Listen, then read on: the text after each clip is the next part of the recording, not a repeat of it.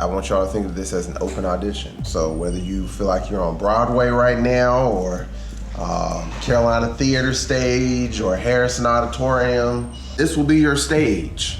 So we will have this room set up.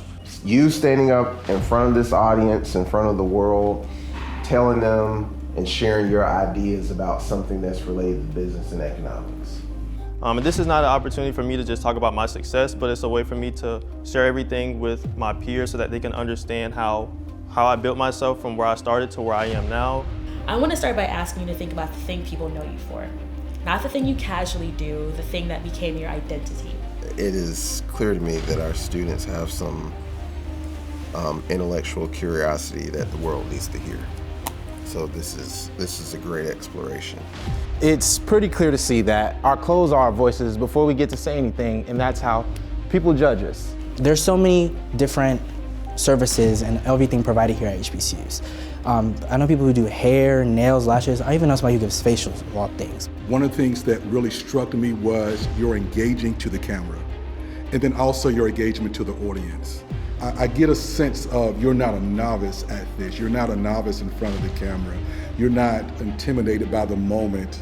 But the more you begin to talk, and then I think the second and third time that you took the stage, I felt your confidence increased every time. But I think overall you did a fantastic, your content was really, really good.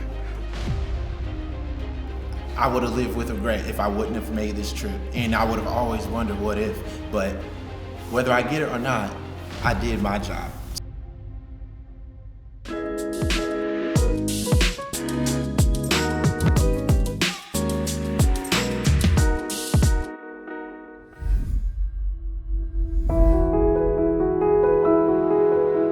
My name is Justin Alford, and I've been selected as one of the speakers in the COBE Talk speaker series.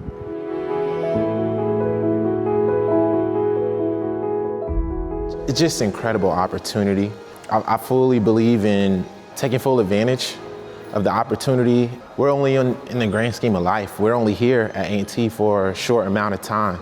So I didn't want to just be a student that only went to the classroom and then went back home. Just take advantage of the things that the school has to offer. And like he said, it's not about who's brilliant, it's just about who's willing to share. I think we're all brilliant, but I think I'm exactly where I'm supposed to be. So I'm looking forward to it, and it's gonna be a great opportunity. Well, I first heard about the audition and opportunity for COBE Talk just by being attentive. If the school ever sends me something, I know they're not sending it for no reason. So whether it applies to me or not, I still take a minute to kind of look at it and see what's going on. I think reading is extremely fundamental, but me being a distance learner, I had to really utilize that anyways, because I'm not in a classroom where a professor is making an announcement, making sure people know to audition or sign up. So it's really just being attentive.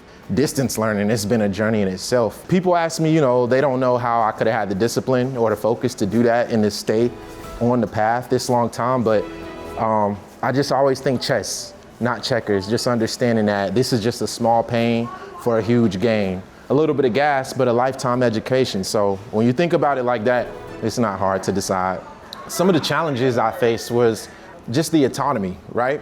Of the professors submitting the syllabus and keeping it up to you to keep up with the due dates, to keep up with the assignments without that daily reminder of the class. I thought that I would really enjoy distant learning and love the autonomy and things like that, the independence at first. I do enjoy it, but what I found was those challenges, I've missed assignments sometime. Technology fails sometime. So, we might not have the luxury of the on-campus library or the incubator or the different student areas where you can go and work. Even group projects, right? The biggest thing with distance learning is staying organized. So making sure I write things down, kind of taking more of the steps than I might have had to take if I'm seeing my professor in person every day of the week. But I think it's made me a better student, made me a more independent student, more of a critical thinker as well, and a better planner for sure. I sometimes struggle with imposter syndrome because I originally graduated from high school in 2013. My original graduation date for A&T was May 2017. When I started school in 2013, I already had my business. I already had Fly by Nature that I had been starting since high school. So when I say that we started since 2010, to the students here that are range from 18 to 22 years old, 2010, I can't imagine how young they might have been. But for me in 2010, I was about 14 or 15. When I graduate in May, I'll be 31. So in a way, I was feeling like opportunities like the COBE talk wasn't for me because my time had already passed. But like my father told me, you pay tuition like everybody else, right? So because of that, you're still a student. Don't think that these opportunities aren't for you. And don't be ashamed to tell your story, because what I realize is this testimony isn't really just for me. I think it's an encouragement for the younger kids to understand, lock in early so you won't take as long as I took. And for the older students and people that are older than me that might be thinking about going back, just understand that it's not too late. And if you wake up, you still have another chance to get better, and that means there's still work for you to do. The reason why I left, maybe I think the spring of my sophomore year, is just because I was so confident in my business, and I had peers and people my age that were, they didn't know what they wanted to do, so they didn't really have majors and things like that. And I said, well, I already know exactly what I want to do, and I'm doing it outside of the classroom. So I left school. And my mother had got sick as well. She had got diagnosed with breast cancer. Of course, that's something that nobody can prepare for or anticipate. The ironic thing with me is that I'm in the middle of my siblings. I can remember the day that my mother told me and my brother, and she told us at the same time. And the way I felt, I wanted to be weak, but I knew that I needed to be strong for my brother, for her, just for everybody around me. So I didn't really have too many moments where I kind of really just sat in it. So I try to keep myself busy, keep myself active so I won't have to think about it. But those quiet times at night, in the morning, quiet car drives, maybe back and forth to school, it kind of hit me.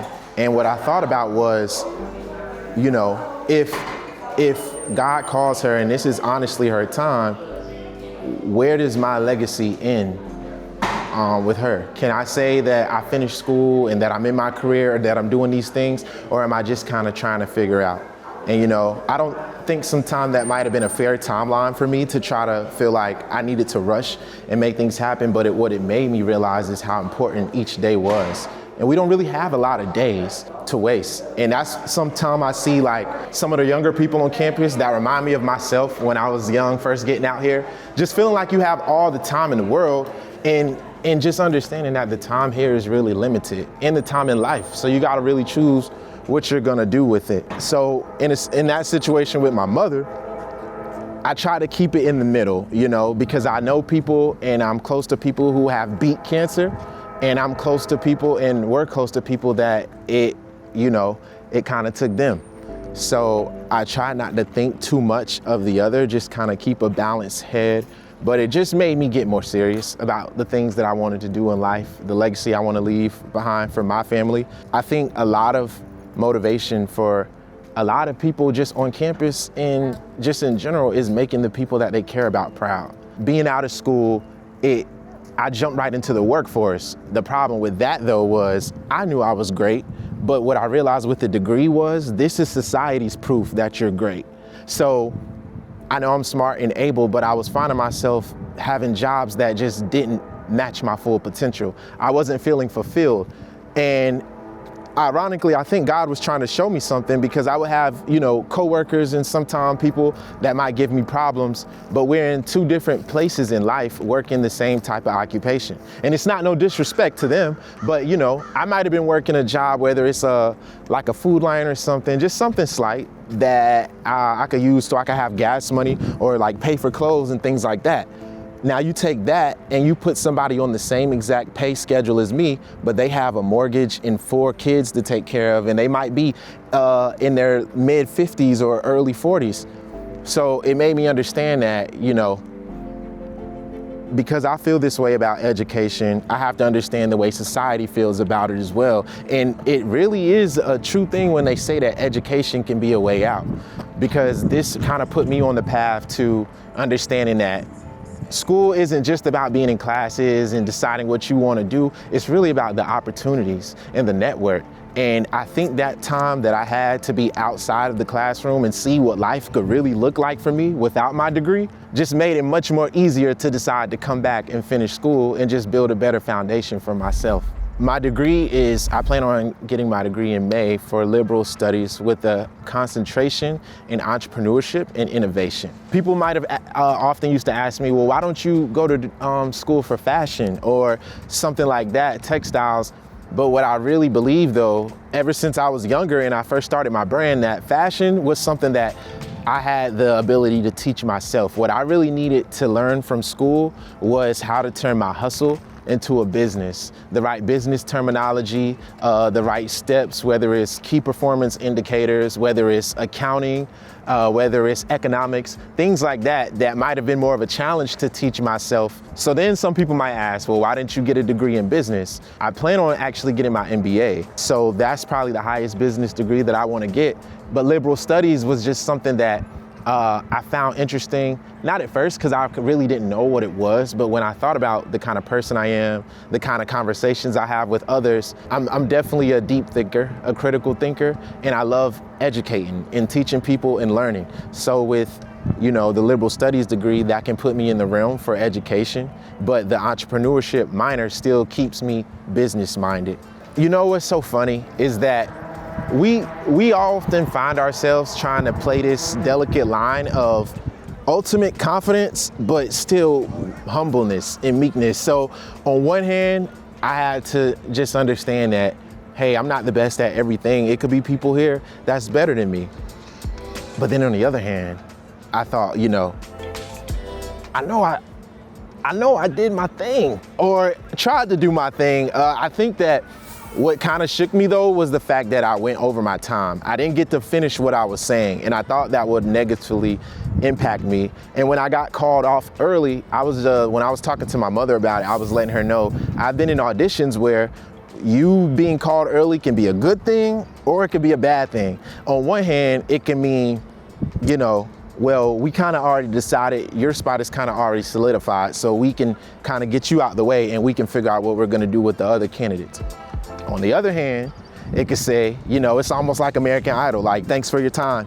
And I didn't want to get these arrogant or negative thoughts, like, I know I didn't drive all the way up here for nothing. And, again, it's that imposter syndrome. Every time I would see an opportunity from the school, I would always think that I aged out, or it's not fair that I get to try when I probably have from 8 to 10 years more of experience just living than a lot of other people on campus. But just trust that what is for me is for me, and nobody can come between that, and just walk in it.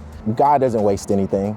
And I think that the things I went through from my journey from school, from when I first stepped on this campus in 2013 at Cooper Hall, to it being almost 10 years later from my original 10-year graduation to me finishing, is right where I'm supposed to be at. I think that A&T has had such a impactful place in my life, just from the kind of smoothing out my rough points and understanding that I didn't graduate in 2017 because I don't think I was ready. I think he was still working on me and I was still being developed. And some of my friends, it's so interesting how, and I hate to always keep getting spiritual, but the last will be the first and the first will be the last. And they're letting me know, be confident in this your last year at school, because when it's all said and done, we might have graduated in 4 years, maybe 5, but what you've been able to accomplish in your time has run laps around some of my other peers, and not in a arrogant way, but just in a purposeful way. When it's all said and done, this 10-year journey is gonna be a pivotal part of my life. So, I always say this being right before graduation is just kind of going out with a bang. And like I said, just kind of my gift to the school, who's gifted me with so many things in so many ways. Again, congratulations. I appreciate it. Congratulations on being selected. I've never seen this. I think a couple years ago, I remember them talking about something like this because it didn't exist when I first started at all. So it's just super cool to just see the type of resources that we have here, which is important things. because it's not until you're a college student trying to figure out what your next step is gonna be, you understand how important it is, like the suit, the tie, the whole shebang. Yeah, no, how y'all doing? Doing good. Good, good. So what is this? I'm over here just assuming I could just take me something to go, but what's going on over here? Y'all let me know how this works. The idea is it's one full outfit a semester, so fall and spring. It's to prepare COBE students to have a professional outfit. Like, we don't want them to ever have an excuse for like why they missed out on an opportunity based on like dressing. So basically, you would come in and your mantle, you would get like a full suit, a full suit, a shirt, tie, shoes, like literally everything. And it's like no charge, no nothing. A lot of people, they think like, oh, I have to bring it back. You don't bring it back. Like, it's yours to keep. You use it, and then next semester you'll be able to come in and do that same exact thing. And sometimes people come in and get pants one day, and next day they'll get like a shirt. Like, you can break it out as well. You don't have to get it like all at one time. Okay, so one outfit a semester.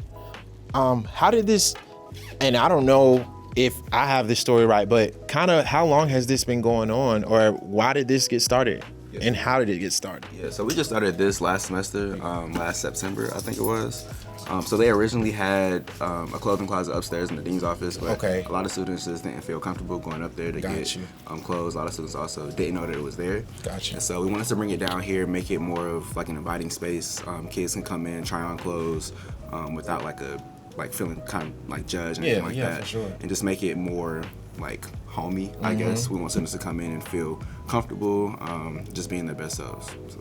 Okay, so I'm hip to the, I know I've been in hoodies and stuff, but I'm hip to the business attire too. You got your good professional blues, your classic whites, little Aggie pride going on.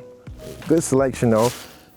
Some of these shirts are brand new, So you could tell like it's actually people that care about this space. It's not just a dump, get rid of these old clothes, bad clothes.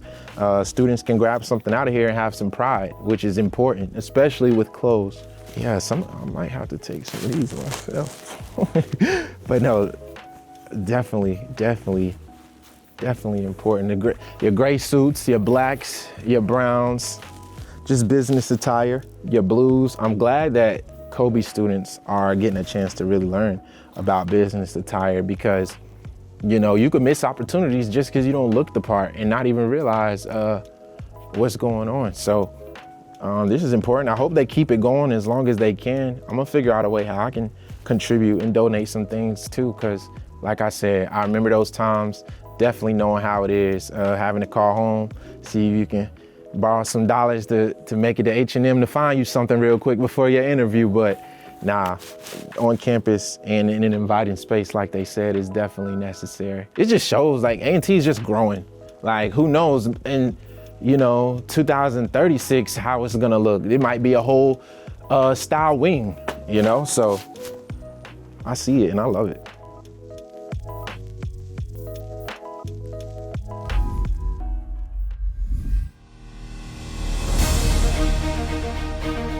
Hi, I'm Dylan Tidmore, and I'm one of your speakers for the COBE Talk series. Well, usually I do like to kind of go out for new opportunities, but I feel like one thing I told myself coming into like this new semester is that I do want to be successful here. And I would just say very much so the atmosphere, it makes you want to be successful. And so I was like, okay, so like when I come back this semester, I really want to put myself out there, try new opportunities, see what I can do for myself. Then this came across this thing and I wasn't exactly sure. I have ideas, but like, I don't really know if they're good or anything, or whether or not it's actually worth something. I'm more so kind of better at like developing and improving things more so. And so then the opportunity came, and I kind of thought about it. I talked about it like with a friend, and her and we kind of like spitballed and we kind of came up with the idea. I like to be I do like to be real with myself. Like, I do like to kind of, I'm gonna blow up my head a little bit, but I do like to be kind of real with myself. I don't always have confidence in myself, but one thing I do, like, I just remember, I can't exactly remember where I heard this, but it was like somewhere where like confidence, whatever it can do, like it exudes out of you more so, and people are able to kind of, if you're not feeling confident and that can show, people will also be able to kind of feel that just subconsciously. And so one thing I do try to do, and it might be a little it might be a little fake, but it's more so I try to like, even if I'm not feeling confident, try to show that I'm confident on the outside so that can come across as well to others, even if like deep inside I'm not really confident. As well as I do think that's kind of better for me to kind of like, I feel like I do really believe that your mindset really kind of shapes situations. And so me telling myself in my head like, okay, we're confident, like even if I'm feeling like so anxious inside, like I just tell myself in my head, I try to show like, okay, I'm confident, we're confident, we'll do this, like is try to exude it through not only my mind but my body language. I'm actually from Newport News, Virginia. So yeah, I'm a business management administration major. About me, I would say one thing, I am very hardworking. I like to like have a lot of fun and everything like that. So I'm kind of I'm very jokingly. I care deeply about my relationships with people, like friendships and family. I'm very big on like the people around myself. I like to pride myself on kind of my relationships sometimes, even though I might not always be the best, but I try to be deep down a very loyal person. A good person who shows love to everybody, as well as someone who just kind of is there for people who need me. I do like to be in kind of leads of things back. I'm a freshman, so like I just came from high school and everything like that. And in high school, I was like class president, homecoming king. I was a part of DECA. I was president of those situations. So I like to kind of take charge in situations. People do call me a leader, but I don't like to call myself that just because, I don't know, that might be a little too big-headed, but still. I try to every day to wake up and kind of like start the day off, try to show goodness into the world. I feel like, and show respect to everybody. I feel like a lot of times nowadays, people are just, I don't know, I feel like there's a lot of opportunity to be negative, and I really do try to start the day positive mindset, be a good positive person, show love. One of my biggest things in life is that I want to be I do want to be great successfully through work and everything, but I do, at the end of the day, I want to pride myself on how I treat others, not necessarily what my accomplishments can show. So when I first got in there, I was worried because in the email when he sent it out saying what COBE Talk was, it was like, I was like, okay, it's not a business idea, but it's like an idea. So I came up with an idea. So then when people were going, I felt like they were giving more like of a broader kind of lesson more so to life than like a specific idea. I kind of felt exuded, and I was getting like really worried. I was like, oh my gosh, like, but I'm gonna look stupid, especially since I'm a freshman and everybody here seems so like upperclassmen. And I was like, oh my gosh, I'm gonna sound dumb. And I was like, I don't know, I was starting to panic a little bit, but then I was like, at the point I was just like, we're just gonna get up there, do it. If it's terrible, it's terrible. At the end of the day, you could just go home. And so I did it. I went up there and I did it. I tried to keep a good mindset about it. And then when I sat down, I immediately was like, oh my gosh, that was terrible. Like I literally texted my friend. I was like, that was terrible. Like I did terrible. And then I was like, at the point, it's over. It's in God's hands. Like we did what we could do, and we kind of go on. So then when they told me to say, I was like, oh wait, maybe I didn't do that. Maybe I actually didn't do as bad as I thought. And I feel like maybe that did kind of help my confidence in a way, kind of help me kind of get better. And so then when I did it the second time, I felt like I did better, as well as I was more well-spoken and more thought out. And like I said, I felt like my confidence exuded more each time I went. So then the third time I went, I felt like I did much better. Like I did the best overall the third time as well. And so when I was leaving, I felt like I left on a positive note, and I felt like I did good. I felt like it was something I could be proud of. So like usually when it comes to things like this, I try to like kind of keep my expectations to like a minimum, so like I don't so like if it is come back badly, then I don't get too disappointed. So I was kind of like helping my emotions, like, it's like it's in God's hands, we got it, like we did what the best we could do. So when I saw it, I was like, I don't know, I just got really excited. I was like, I immediately told my friend, because I saw her, I was like, I got it, and like we both were like, I don't know, she was really happy for me, I was really happy for myself. I just felt really good. Like I felt very validated in everything I'd done. And I was actually very proud, because this is like because I just got here to A&T, like I said, I am a freshman, and this is like, and I was waiting for opportunities like this, and so I was like, this is like my first big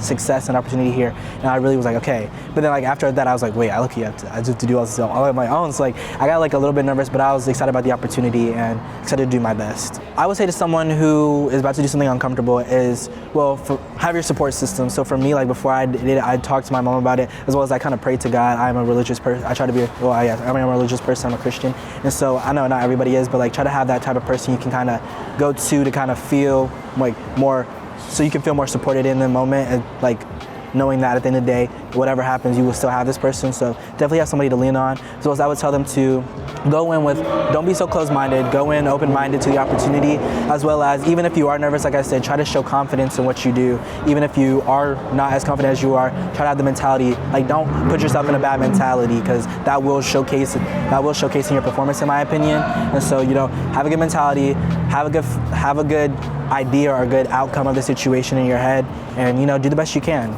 I'm not gonna keep y'all long. I want to just have a quick check-in. We need to, so the agenda is to just go over some details. One, I want to settle on a date. And I'll talk to Jacolia after this. She came up, but she had class, but I'll talk to her again this afternoon. And then just start talking like what the preparation is going to look like leading up to the event. So just overview, date, and sort of next steps leading up to it. Those would be my three sort of main objectives for the day. And then we'll be done. So I don't foresee us being here longer than 20, 30 minutes max, if that. First and foremost, congratulations. We were, just to give you all a little bit more backdrop, and I shared some of this while we were in there too. You know, I really wanted to create a program that allowed students the opportunity to showcase their ideas and their research. It is not, and like I shared this with y'all, I did not want it to be a business pitch. Right. I wanted it to be an idea, an experience, or something that you could share that could lead to something. Mm-hmm. I don't know what the something is, but I just had this thought, sort of mirroring it after sort of other big talks that we've seen, but it'll be our own. I mean, and it's student facing instead of just bringing someone from outside to come and talk. So that's sort of where COBE Talk came from. I mean, I have been mulling around this for probably 2 or 3 years now. Yeah. And I just said, you know what, we're gonna pull the trigger. And what I was looking for in this initial group really were a variety of ideas, a variety of thoughts, and constructs and things that would be, one, audience pleasing, so that it would capture the audience's attention. 2, that resonated with the student. And then 3, something that, you know, we could also make sure had a layer of research and fact finding and data that could support it. And, you know, there were 1, 2, 3, 4, 5, 6, 7 of you all, 6 or 7 of you all that auditioned, and narrowed it down to 2 of you all plus the one other. So I was really impressed by, one, the fact that you all took time to think of a nice topic. So like, now another clothing brand, right? And then yours was encouraging service. So, and then the third topic is going to be when the plan breaks. Mm-hmm. And so if we were to style this after what we've seen before, your talk should be at least 18 minutes. Like, that's the goal that you want to aim for, is a solid 18 minutes. And if you all read those documents that I sent you all, they talk about why, like, they found that 18 minutes was important. It grabs audience attention. Most people, especially adults, you can hook them with a good 18-minute talk. And you don't want to go beyond 25, 30 minutes. You get them 18, 20 solid minutes, you're good. But this is just going to be you. Round rug that says Dee's College, it's blue. That's going to be your spotlight.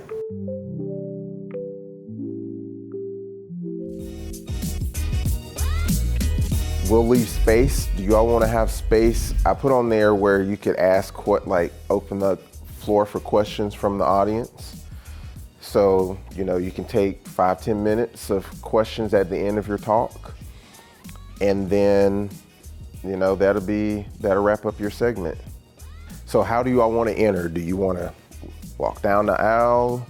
I mean, do it church style? I mean, do you want to come in from the side? Do you want to be already seated in here? You all tell me, because I don't want to dictate like your entrance.